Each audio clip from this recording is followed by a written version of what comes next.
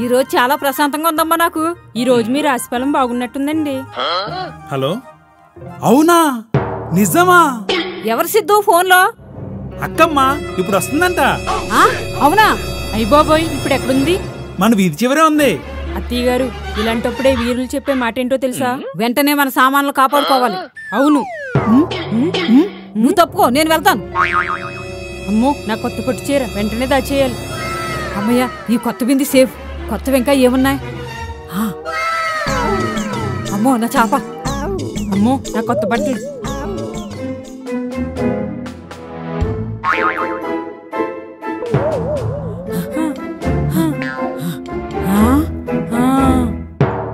నేనొచ్చేసా. బాగున్నావక్క? ఏంటక్క అంత బరువు మోసుకుని వచ్చావు? ఇలా ఇవ్వి. ఏంటి సంచులు ఖాళీగా ఉన్నాయి? వెళ్ళేటప్పుడు నింపుకెళ్తా లేరా? అమ్మా వీణా, వచ్చేసావమ్మా? నీకోసమే ఎదురు చూస్తున్నాం వదినా. మీ ఇద్దరికేంటి చెమటలు పట్టేశాయి? సరిగా తుడుచుకోలేదా? నాకంటే నీకే ఎక్కువ ఉన్నాయి చెమటలు. ఖాళీ సంచులేంటో. అక్క మంచినీళ్ళు ఇమ్మంటావా? నాకు కాదు, వాళ్ళకివ్వు. నాకు చాలా పనుంది. మీరు జరగండి ముందు. అత్తయ్య గారు, ఫస్ట్ మీ సామాన్ల దగ్గరికే వెళ్ళింది. ఇదేంటి కొత్త వస్తువులేం కనిపించట్లేదు? ఈ మధ్య కొనలేదా ఏంటి? అన్ని పాతవలానే ఉన్నాయి. ఇంకొక చోట వెతుకుదాంలే. అమ్మయ్య, నా సామాన్లు సేఫ్. నీ గదిలోకి వెళ్తుంది. అవునండి, దొరకదులే. చీరలైనా దొరుకుతాయో లేదో. కొత్త చీరలేం కనబడట్లేదే. ఏంటి, నీ గదిలోంచి కూడా ఖాళీగా వస్తుంది? నా కొత్త చీరలన్నీ ముందే దాచేసాగా. కొత్త చీరలేం కొనలేదా వీణా? లేదొదినా, ఈ మధ్యన ఏం కొనలేదు. నువ్వు కొత్త వస్తువులేం కొనలేదా అమ్మా? ఏం కొనలేదమ్మా, చీపురే కొన్నాను. ఫోన్లే, ఆ చీపురైనా పట్టుకెళ్తాను. నాన్నగారు. అమ్మా సిరి, బాగున్నావా? నాన్నగారు, లాస్ట్ టైం ఫోన్ పే పని చేయలేదన్నారు. ఇప్పుడు ఫోనే పని చేయడం లేదమ్మా. అవునా? మరి ఇల్లు? మేము ఉండడానికి ఉంది, ఇది ఒకటే కదమ్మా. సరేలేండి. అక్క, నీ సంచులు. వీడింకా ఈ సంచులు వదలలేదా? వచ్చే వారం తీసుకుంటా లేరా? కొత్త చీపురు అన్నారు కదా, ఆ చీపురును నా హ్యాండ్ బ్యాగ్ తీసుకొచ్చేసే, నేను కింద ఉంటాను. మహా తల్లి, ఇది కూడా వదలడం లేదు. అత్తయ్య గారు, మా ఫ్రెండ్ వాళ్ళ ఇంటికి వెళ్ళొస్తానండి. లంచ్ రెడీ చేసి పెట్టాను, టైం తినేయండి. సరేనమ్మా, వెళ్ళరా. అమ్మో, వచ్చేసరికి సాయంత్రం అయిపోయింది. అత్తయ్య గారు, చాలా లేట్ అయిపోయింది. ఏం పర్వాలేదమ్మా, వెంటనే టీ పెట్టి తెస్తానండి. ఆల్రెడీ నేను తాగేసానమ్మా. నీకు కూడా ప్లాస్కోలో ఉంది, డైనింగ్ టేబుల్ మీద పెట్టాను. సరే అత్తయ్య గారు, టీ తాగి వెంటనే వంట చేసేస్తానండి. డిన్నర్ కూడా రెడీ చేసానమ్మా. అయ్యో అత్తయ్య గారు, మీకెందుకండి అంత శ్రమ? దీంట్లో శ్రమ ఏముందమ్మా, రోజు నువ్వే చెయ్యాలని ఏమైనా ఉందా? ఈ రోజు నేను చేశాను, ఏం పర్వాలేదు. అత్తయ్య గారు, మీరెంత మంచివారో. చెప్పడం మర్చిపోయాను, మా ఫ్రెండ్ రేపు ఎల్లుండి అవతల ఎల్లుండి కూడా రమ్మన్నదండి. ఎల్లొస్తానే. ఏంటి అత్తయ్య గారు, ఈ మధ్య మావయ్య గారు డల్గా ఉంటున్నారు? అవునా? అవునా? ఇప్పుడు ఎక్కడ ఉన్నారు? ఇందాకే మేడ మీదకి వెళ్ళారండి. పదమ్మా, వెళ్ళి అడుగుదాం. సరేనండి. పదండి, నేను వస్తాను. ఏంటండి, చాలా రోజుల నుంచి బాధపడుతున్నట్టున్నారు? నాకేనేమో అలాగ అనిపిస్తుంది అనుకున్నాను.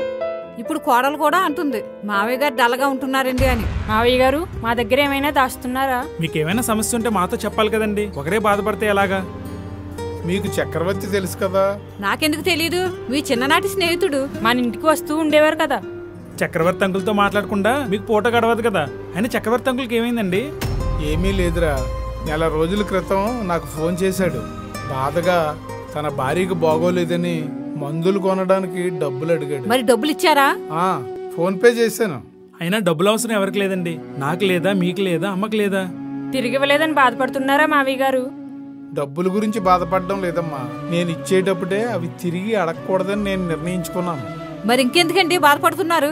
ఫోన్ చేస్తుంటే లిఫ్ట్ చేయడం లేదు, అందుకే బాధగా ఉంది. మీరు డబ్బులు తిరిగి తీసుకోనన్న విషయం చక్రవర్తి అంకుల్కి చెప్పారా? ఫోన్ లిఫ్ట్ చేస్తేనే కదా చెప్పడానికి, అందుకనే మెసేజ్ పెట్టాను.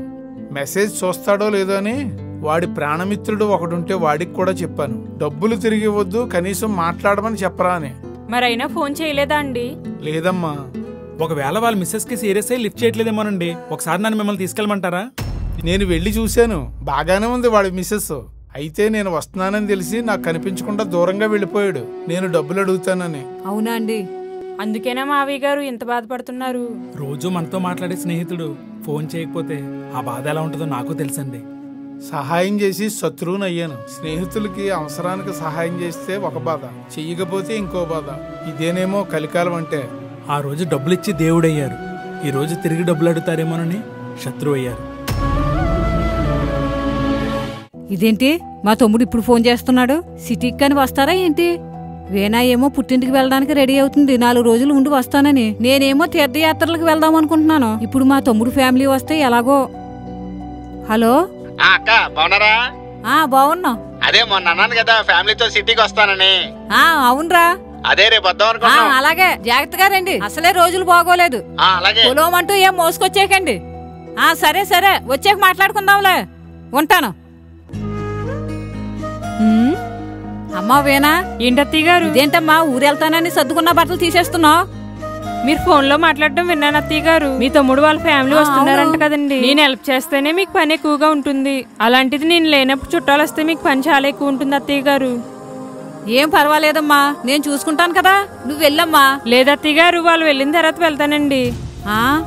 అత్తగారి పరిస్థితిని అర్థం చేసుకునే నీలాంటి కోడలు దొరకడం నిజంగా నా అదృష్టం అమ్మా.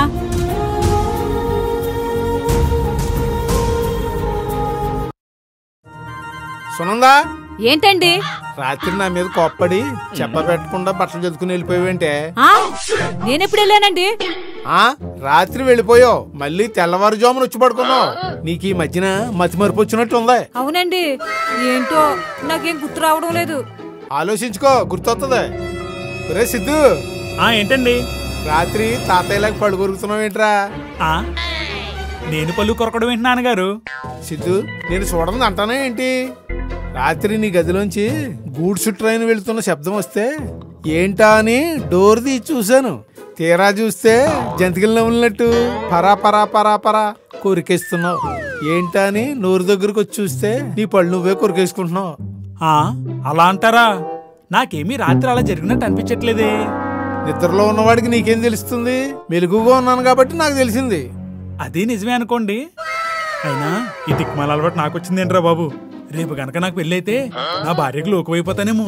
ఓహో, ఈడు పెళ్లి కాపురం వరకు వెళ్ళిపోయాడు.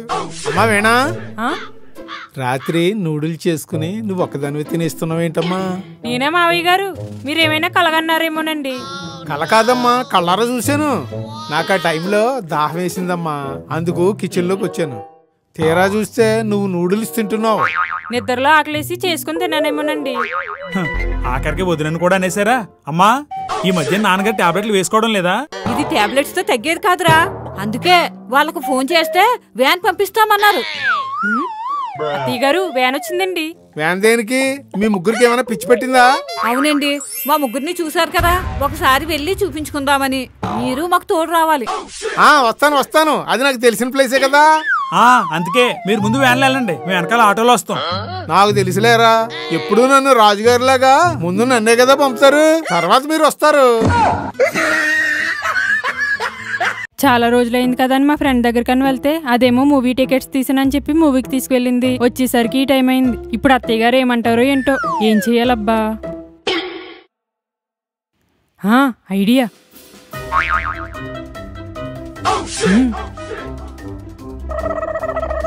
ఎక్కడికి వెళ్ళావు ఎంతసేపు? గుడికెళ్ళాను అత్తయ్య గారు. ఇప్పుడెందుకు గుడికెళ్ళావు? ఈ మధ్య మీకు నీరసంగా ఉంటుంది కదా అత్తయ్య గారు, అందుకే వెళ్ళాను. అవునా? ఏం మొక్కున్నావేంటి? ఒక వారం రోజుల పాటు ఏమీ తినకుండా ఉపవాసం ఉండి ఎవరితో మాట్లాడకుండా మౌనవ్రతం చేయాలని మొక్కుకున్నాను అత్తయ్య గారు. అయ్యో, అన్ని రోజుల పాటు ఏమీ తినకుండా ఎవరితో మాట్లాడకుండా ఎలా ఉండగలవమ్మా? అయ్యో, నేను చేస్తానని కాదండి, మీరు చెయ్యాలని మొక్కుకున్నాను. నా మొక్కు తీర్చండి.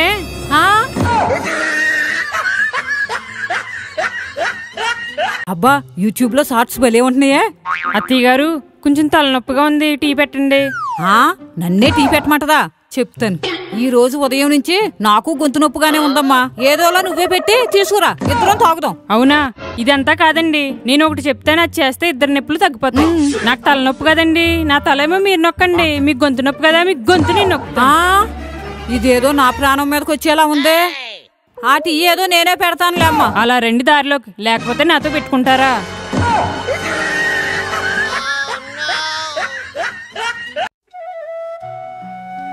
అబ్బా, ముగ్గు ఎంత బాగుందో కదండి. బాగుందిలే.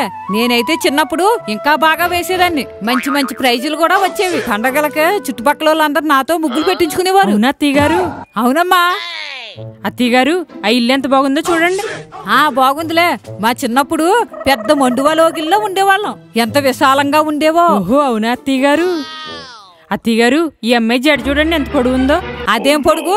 నాకైతే చిన్నప్పుడు ఇంకా పొడవుండేది. దారంతా వెళ్తుంటే అందరూ నా జుట్టొంకే చూసేవారు. అమ్మో, ఈవిడ బడాయి కవర్లు వినలేకపోతున్నావురా బాబు. అత్తయ్య గారు, మా పెళ్లి అయినప్పటి నుంచే చూస్తున్నానండి. మాట్లాడితే నా చిన్నప్పుడు అని మొదలుపెట్టి అరిగిపోయిన టేప్ రికార్డర్ లాగా చెప్పిందే చెప్తారు. నేను వచ్చిన దగ్గర నుంచి మీరు ఒక్క మంచి పని చేయడం కూడా చూడలేదు. ఎంత మాట అన్నావు? నేను కూడా చిన్నప్పుడు నీలాగే ఎవరి మాట ఒప్పుకునేదాన్ని కాదు.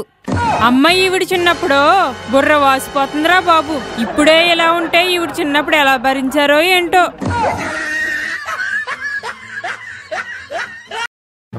భలే అయ్యింది. లేదంటే ఇదొక అలవాటైపోయింది. ఏంటే ఏమైంది? ఏం కాదండి, ఈ మధ్య కాల్లో ఆర్డర్లు ఎక్కువ పెట్టేసి కొడుకు డబ్బంతా అవగొట్టేస్తుంది. ఓ అవునా? చిన్నపిల్లలు కదే, ఆ మాత్రం ఉంటుందిలే. మీకేం తెలీదు, మీరు ఊరుకోండి. నేనేం చేశాను అనుకుంటున్నారో? ఏం చేసావేంటి? డెలివరీ బాయ్ వస్తే ఆర్డర్ క్యాన్సిల్ చేయించి పంపించేశాను. చాలా గొప్ప పని చేసేవిలే. ఇదేంటి ఆర్డర్ క్యాన్సిల్ అని వస్తుంది? ఆర్డర్ క్యాన్సిల్ అయ్యింది అంటున్నావు. ఏం పెట్టేవేంటి? ఏం లేదు అత్తయ్య గారు, మీ తమ్ముడు గారు అమ్మాయి పెళ్ళుంది కదా, పెళ్లికి కట్టుకుంటారని మీకు పొట్టు చీర ఆర్డర్ పెట్టాను అత్తయ్య గారు. అదేమో ఇప్పుడు క్యాన్సిల్ అని చూపిస్తుంది. ఆ ఆర్డర్ నా కోసమా? తిక్క కుదిరింది దీనికి. ఎవరు తీసుకున్న కోతులో అలా పడతారు మరి. కోడలు ఏం చేస్తుందో ఏంటో. ఊరెళ్ళి వారం రోజులు అయిపోయింది. అమ్మా వేనా, వేనా ఎక్కడున్నావమ్మా? మేడ మీదకి వెళ్ళిందేమో, వెళ్ళి చూస్తాను. అమ్మా వేనా, ఇక్కడున్నావా? అత్తయ్య గారు, ఊరెళ్ళి వారం రోజులయ్యింది. ఈ వారం రోజులు నేను మిస్ అయిపోయానమ్మా. ఎప్పుడు వచ్చారండి? ఇప్పుడే వచ్చానమ్మా. అత్తయ్య గారు, మీరు ఊరెళ్ళిన తర్వాత ఏం జరిగిందంటే? ఏం జరిగింది? మీ అబ్బాయి ఏం చేశారంటే నన్ను పట్టించుకోకుండా ఒక అమ్మాయిని బండి మీద ఎక్కించుకొని తిప్పుతున్నారండి. ఇంటికి కూడా రావట్లేదండి. అస్తమాను వర్క్ అని ఆఫీస్లోనే ఉండిపోతున్నారు. అలా చేస్తున్నాడమ్మా. నేను అసలు నమ్మలేకపోతున్నాను. ముందు మా ఫ్రెండ్ చెప్తే నేను నమ్మలేదండి. తర్వాత నేను చూసాక నమ్మాను. అవునా? ఒక రోజైతే ఇంటికి కూడా తీసుకొచ్చేసారు. ఇదేంటని అడిగితే నన్ను పక్కకు దోసేసారండి. అప్పుడు మీకు ఫోన్ చేద్దామని చూస్తే ఫోన్ కూడా లాగేసుకున్నారు అత్తయ్య గారు. అంత పని చేసాడా నా కొడుకు? ఇంత మంచిదానికి అన్యాయం చేయడానికి వాడికి మనసు ఎలా ఒప్పిందమ్మా? ఎంత పని చేసాడో నేను అసలు నమ్మలేకపోతున్నాను. చెప్తాను, మీ మామయ్య గారితో చెప్పి ఇంట్లో పంచాయతీ పెట్టిస్తాను. అసలు ఈ విషయంలో ఊరుకునేది లేదు. అత్తయ్య గారు, ఏడవకండి, ఊరుకోండి. నీకింత జరిగాక ఏడకుండా ఎలాగుంటానమ్మా? నేను ఇలాగే ఏడిస్తే దిండు మొత్తం తడిసిపోయిందండి. దిండు అంటున్నావేంటమ్మా? ఇప్పుడు మీకు చెప్పిందంతా కల్లోనండి. మెలకు వచ్చి చూసేటప్పటికి దిండు మొత్తం తడిసిపోయింది. కల చెప్పి నన్ను ఏడిపిస్తావా? చెప్తాను నీ పని. ఆగు, నా చేతులు అయిపోయావు. అమ్మో అత్తయ్య గారు. అమ్మా వేనా, ఈ వార్త విన్నావా? ఏంటత్తయ్య గారు? మహిళ మెడలో మంగళసూత్రం కాజేసిన దొంగకు 3 సంవత్సరాల జైలు శిక్ష విధించిందట కోర్టు. అమ్మో, 3 సంవత్సరాలా? తాళిబొట్టు కాజేసినోడికి 3 ఏళ్లే జైలు శిక్ష. అదే తాళిని మెడలో కట్టినోడికి జీవితాంతం శిక్ష.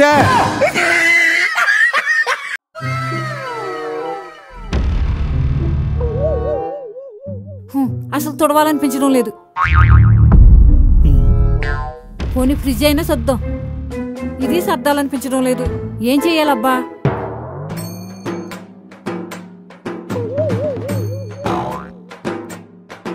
అమ్మేంటి కాలు కాలని పిల్లగా అటు ఇటు తెగ తిరుగుతుంది. ఎంత ఆలోచించినా ఏం చేయాలో అర్థం కావడం లేదు. అమ్మా, ఏంటి సిద్ధు? 5 నిమిషాల నుండి అయోమయంగా ఏదేదో చేస్తున్నావేంటమ్మా? ఏం లేదు సిద్ధు, ఈ రోజు ఏం చేద్దామన్నా ఏకాగ్రత రావడం లేదు. ఓహో, అయితే 1 నిమిషం ఆగు, ఇప్పుడే వస్తాను. నాకు ఏకాగ్రత లేదంటే వీడి లోపలికి వెళ్ళాడేంటి? ఇదిగో అమ్మా, తీసుకో. ఇదేంటి రుద్రాక్షమాలు ఇస్తున్నావు? దీంతో ఏం చెయ్యాలి? అవి మొత్తం 108 రుద్రాక్షలు. 108 సార్లు మంత్రం చెప్పించు, నీకు మంచి ఏకాగ్రత వస్తుంది. సరేరా.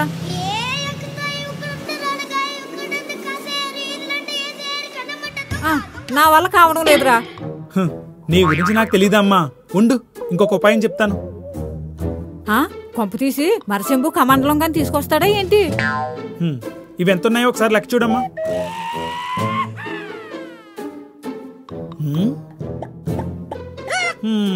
20,000 ఉన్నాయి సిద్ధు. చూసావమ్మా, 108 నామాలు జపం చేయమంటే మనసు ఎక్కడో తిరిగింది. అదే 500 నోట్లు లెక్క పెట్టమనేసరికి ఎక్కలేని ఏకాగ్రత వచ్చేసింది. పైగా కొన్ని నోట్ల మధ్యలో మడత పెట్టాను. అయినా సరే ఎంతో ఇష్టంగా లెక్క పెట్టావు. అంటే నీకు ఇష్టమైన పనిలోనే ఏకాగ్రత ఉంటది. ఇష్టం లేకుండా పనులు చేస్తే ఏకాగ్రత ఉండదు. అలాగేం కాదులే, ఇప్పుడు నాకు ఏకాగ్రత వచ్చేసింది. సరే అదే ఏకాగ్రత వెళ్ళి గిన్నెలు తోమి. నేనెందుకు తోముతాను? పనమ్మాయి వస్తుంది కదా. ఈ రోజు నుండి వారంలో ఒక రోజు వర్క్ ఫ్రం హోమ్ చేస్తదంట. అవసరం అయితే అంట్లన్నీ తన ఇంటికి తీసుకురమ్మంటుంది. అక్కడ తోమిస్తుందంట. Work from హోమా?